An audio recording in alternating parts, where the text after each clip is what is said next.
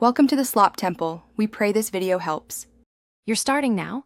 Check your Xbox's HDMI output and identify both monitors' inputs so you know which cables or adapters are required.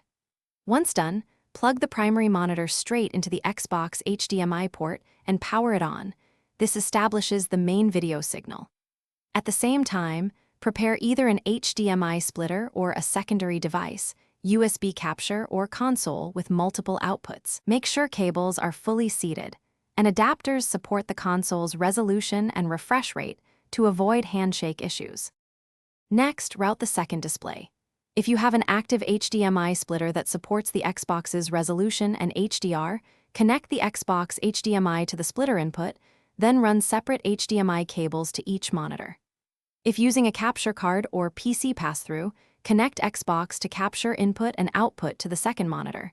This adds latency but works for monitoring. Once connected, go to Xbox Settings, Display and Sound, and set resolution and refresh rate to match both displays. This reduces scaling and input mismatches.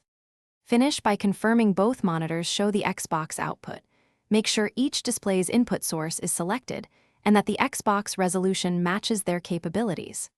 Once stable, tweak HDR and VRR settings. Sometimes disabling one of those on a secondary screen prevents blackouts.